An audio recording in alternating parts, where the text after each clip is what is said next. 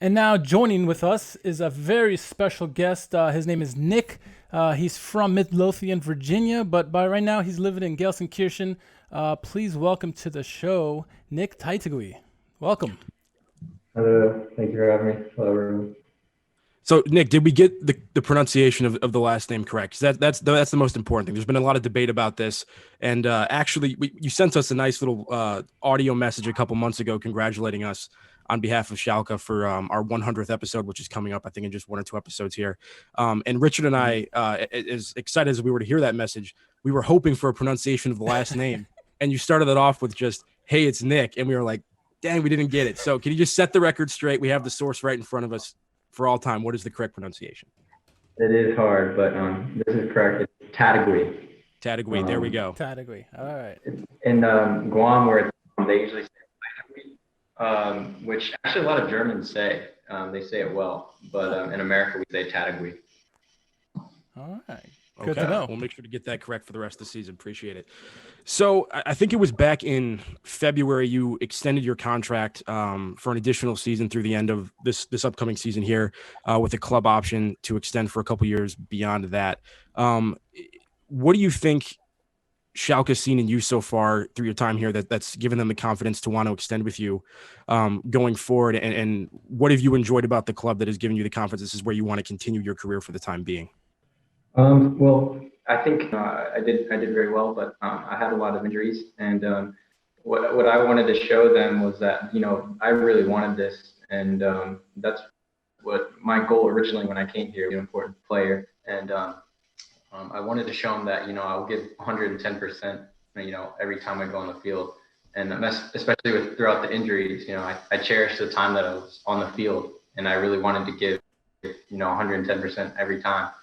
And I wanted to make that the most important thing. That what I wanted to show that in my play. When the times that I was on the field, and I think I did, and I was very proud to sign an extension. And I know there's a lot of work to be done, and I want to restore that faith.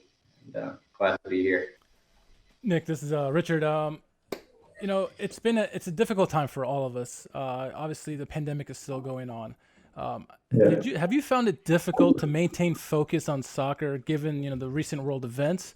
And do you feel mentally and physically recharged and ready for the season?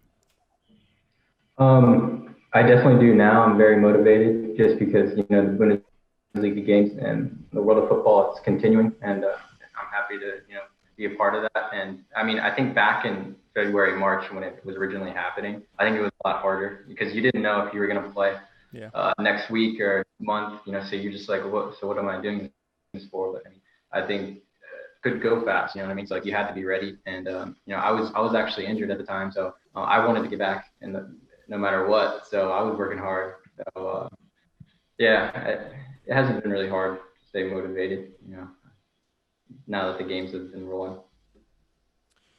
So in your conversations, early into your time with the senior team, where do you feel like you're going to be slotting in? Have you had conversations with David Wagner about what kind of role he thinks that you're going to be used in when we see you get minutes this season? And going along with that, is that role what you would also consider to be where you can optimize your own talents and where you feel most comfortable and where you prefer to play? Or are some of the things that we're going to be seeing you do and what you're going to be being asked to do, is that going to be somewhat foreign, or a little bit of a change for you in terms of how you generally like to play?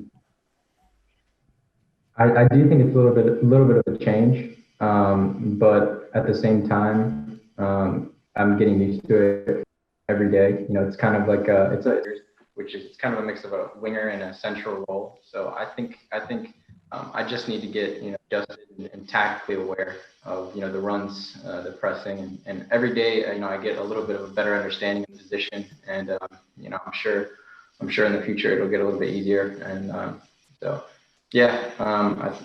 think I'll slot in pretty nicely if I can understand the role well enough, which I'm up to it. So.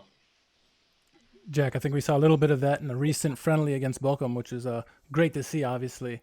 All right, Nick, your friendship with Wes McKinney is very well documented. Is there anyone apart from him that had been a great resource for you that you gotten close to at your time at Schalke? When I first came here, it was lucky to come with, Weston and Haji were there at the time, and I got close to Haji. He was here, I think 2 years ago, but he's playing elsewhere now. But we had a good bond, and it was a lot easier coming in because you had those guys, had those American guys. They also spoke German when I arrived, so they were able to translate for me. And also Christian, when he played for, we always hung out. So. Yeah, it's been good. We have our own little database of Americans abroad, and we all stay. Is there a particular favorite memory you have from your time at Schalke so far? A favorite accomplishment outside of promotion to the first team?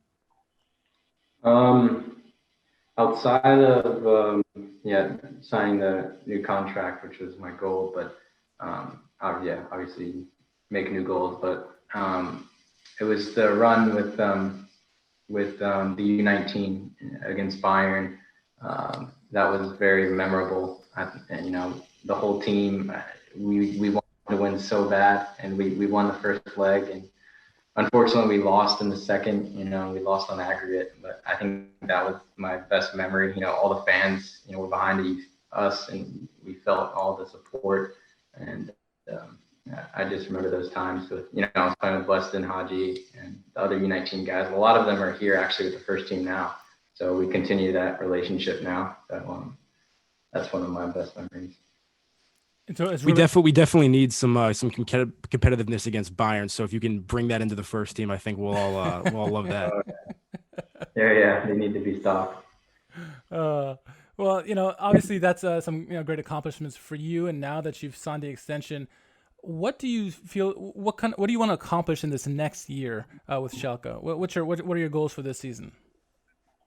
I think definitely I want to be an important part of the team. That's what I'm working for. I want to be a regular, and I want to be able to decide games. I want to be with the team. Helping on the field as much as I can, and as much as I can do for the club. That's what I feel like I want to be in the next year. Excellent. Nick, in your time in the youth ranks, is there any player in particular that either hasn't made the jump to the first team yet, or somebody that fans haven't gotten a good look at yet that you've been particularly impressed with, that you've played with, that you think we should keep an eye on for the future? Like, who are you excited about that hasn't quite made that jump yet as well? That's hard to say, just because when I graduated, most of the guys either left or they graduated to the first team. So, gotcha. The guys that I with, like Nassim, Levin, Ahmed, like I played with them all and under 19. So what I will say, the other American, Matthew, he scored a lot of goals in preseason. So, I've had some conversations with him, and I hope the best for him. And he's hungry. He wants to prove himself. So I hope he does it as well. Yeah, that's certainly a player that we've been keeping our eye on as well. Jack and I have. So, is there a player, Nick, active or retired, that you look up to and want to model your game after, or is Nick Taitague his own brand? There are a lot of players, like attacking players, that I look up to. Like I watched a lot of Eden Hazard growing up, but because I like how he can change pace in the split second. Yeah, he can dribble, he can shoot. He can play the ball simple if he needs to, but I like trying to take something from every player, and I think that ties into what you say, like your own brand. I think it's important. You should take something from a lot of players, and so that's kind of what I want to model my game after. I want to be a lot of things, not just one. You mentioned early on some of the injury struggles that you've had over the past couple seasons, and you're somebody who, despite not having gotten a lot of those minutes on a first team level yet, is a fairly recognizable and well-known name within U.S. men's national team circles, to pivot to that for a second. And so I was wondering, because I think it's been correct me if I'm wrong, I think it's been a couple of years now since you've had a call up to any sort of youth national team setup or anything. Yeah, when you see some of the other guys around your age, Weston, Christian, Tyler Adams, even Josh Sargent to some extent coming on at Werder Bremen now. When you see what some of these guys have been able to break through, is that something that gives you encouragement and optimism going forward? Or is there a part of you that is at all concerned that these injury issues you've had the past couple of years have caused you to, potentially miss an important window to start building your brand and get a foot in the door with the national team and be a part of this next generation that's coming through? Yeah, I do think, some of the injuries were a little bit concerning, at the time. I think now I can say otherwise. And at the time it was hard, having hope, but I mean, now I'm very doing what they're doing, very motivating, and we're also very close. And, it's been my dream to play for the national team, but, if you want to play for the national team, you have to play good for your club. And, so Schalke is my priority right now. And so, yeah, I want to prove myself with Schalke, and it starts here. Absolutely. Nick, you've been in Germany now for quite a while. Is there anything particular that you noticed from the coaching or the environment that you think is conducive to have so many American players go play there? And then, what is it about just the culture there that Americans seem to thrive, especially as of late? Many of Americans have come through, as Jack just mentioned. What do you think about it, the whole culture there and the environment in Germany that helps breed the success for these Americans? I think first in the rules with a foreign country, I think England is very hard, because I think if you're 18 or you're under 18, you have to be playing for the first team to even get a work permit. Oh wow. And I also think Holland has a similar role, but I think you have to meet a certain salary. So it's very hard to get younger players. But I do think Germany in the beginning, Christian and I noticed that there's a lot of scouts that go to events in the U.S., academy tournaments, and they see that players there have potential. But I think it's a good idea, just because in America they usually think you're going to college. In Weston, he was going to go to college before Schalke. So that's kind of the step that you need to take, and they get them at the U19 level, and I think that's a good understanding of, they need one year before pro, which is U19. And, I think it's a good idea, especially for the future, to get, develop players before the professional levels. Is there any aspect of German culture that you've come to appreciate that you think Americans in general are sleeping on that we need to be aware of? I don't know if it's a custom or a food or anything like that. Anything that you've taken to since you've been over there that you think we need to be aware of and get on the train? You could say no and just go no America. Pressure. That's fine with us. Yeah, the customs or the culture that I like some of the food here. Their respect for beer and the Oktoberfest. Yeah. And I when I came over, I used to eat the schnitzel a lot. So it's like a giant chicken nugget, basically. so I'm familiar with chicken nuggets, so I eat that a lot. Oktoberfest fan, man after my own heart. I respect that. Yeah, I've got to partake in the schnitzel and the Oktoberfest in Germany as well, so yeah. I can test how good that is there. So, last question, we're going to wrap it up with. Give us your take on VAR. I mean, everyone has one. I'm curious what yours is as a player. We as fans, we have our opinions, but I'm curious what the player's perspective is.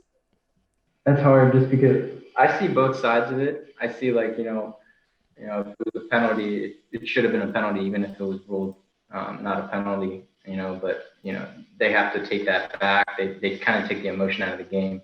And, I see the side also of, the ruling on the field, those refs are there for a reason, and they're in the game, they feel the game. And I'm leaning more on the side of that. Maybe there shouldn't be VAR, just a game. And, there's some players that, like diving, of course. So, I'm more on the side that it should just be the refs. Fair enough. Jack, I think that's an answer we expected for the most part. I mean, obviously fans are very passionate. They have their own opinions. Sometimes it's a little crazy, but it's good to hear a player's perspective on something like that, right, Jack? Absolutely. And Nick, we want to thank you for taking the time out of your busy schedule to just sit down and chat with us briefly. You are the first player to make an appearance on the SchalkeMerica podcast. It's an honor that I'm sure you'll hold close to your heart for the rest of your playing career. It's a tremendous accomplishment. It's definitely cool. No, but we thank you for that, and we will be rooting for your success and for the team's success, of course, throughout this upcoming season. So stay safe, and best of luck to you as you continue to try to develop in your career here. Thank you guys. Thank you guys again. Thanks, Nick. Appreciate it. Thank you, Nick.